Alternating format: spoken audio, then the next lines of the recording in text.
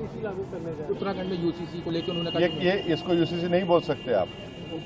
Hindu marriage act, Hindu succession act को exception दे रहे आप, ट्राइबल्स पे लागू नहीं होगा। कहाँ का यूनिफॉर्म सिविल कोड है ये? आप सिर्फ मुसलमानों को उनके मजहबी तरीके से शादी या डिवोर्स या फिर जायदाद का बंटवारा उसको रोक रहे हैं। तो कहाँ है यार? आप तो Hindu marriage act, Hindu succession act में तो लागू ही नहीं हो रहा। और ये झूठ बोल रहे हैं। इस देश में ऑलरेडी अगर आप अपने रिलीजन के कानून के तहत कोई चीज़ नहीं करना चाह रहे तो आपके पास स्पेशल मैरिज एक्ट है, इंडियन सक्सेशन एक्ट है, जुवेनाइल जस्टिस एक्ट है, उसको इस्तेमाल करिए ना। और ये बात हमको समझ में नहीं आ रही कि हिंदू अनडिवाइडेड टैक्स रिबेट जो मिलता है, 2 साल पहले 1700 करोड़ का टैक्स रिबेट मिला, वो क्यों नहीं मिलता मुसलमानों को, ईसाइयों को? ये तो राइट टू इक्वालिटी के खिलाफ है। और आप यूनिफॉर्म सिविल कोड की बात करते हैं, मगर कोई अपना मजहब हिंदुइज्म से चेंज करता है तो उसको परमिशन लेना पड़ता है। तो कहाँ का यूनिफॉर्म सिविल कोड हुआ ये? सर कहीं ना कहीं ये जो वक्फ एक्ट है वो सीधे तौर पे मुसलमानों से जुड़ा हुआ है। देश के मुसलमान क्या चाहते हैं? वो ये जो एक्ट है वो लागू होना चाहिए। कौन सा एक्ट?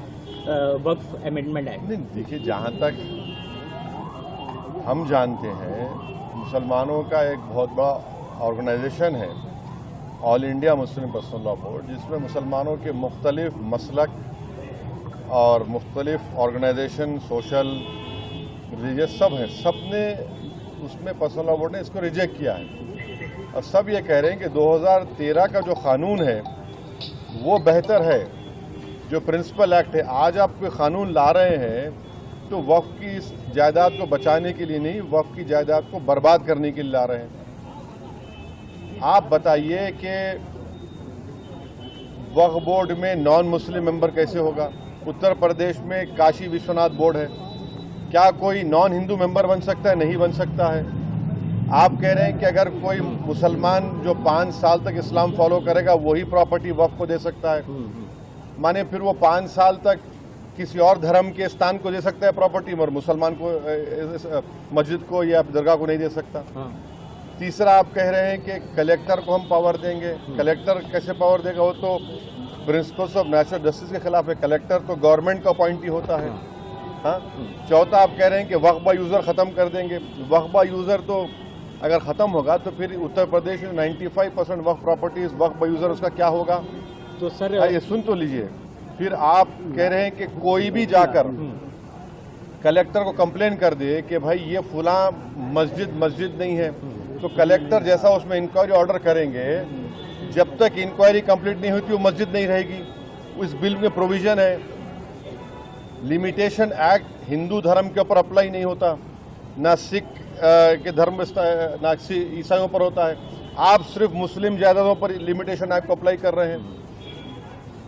तो ये वक्फ प्रॉपर्टीज को बचाने के लिए कहाँ लाया जा रहा है बताइए हमको? ये तो अच्छा 7% वक्फ फंड देना पड़ता है, उसको 5% कर दिया आप।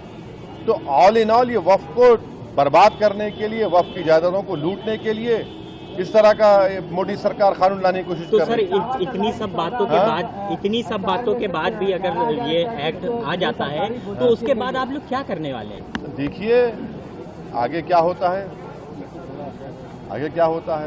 CAA का प्रोटेस्ट हुआ था। हाँ। प्रोटेस्ट होगा, बराबर होगा, एहतजाज होगा, क्यों नहीं होगा? सड़कों पर होगा। देखिए, काउंटर होता है और कानून व्यवस्था की बात करने वाली सरकार में 4 लोग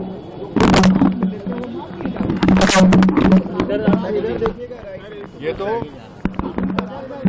कानून की राज है। ये देखिए जो रूल ऑफ लॉ की बात संविधान करता है, रूल बाय गन का मामला है। ये कोर्ट किस लिए है, पब्लिक प्रोसिक्यूटर किस लिए है, BNS किस लिए है?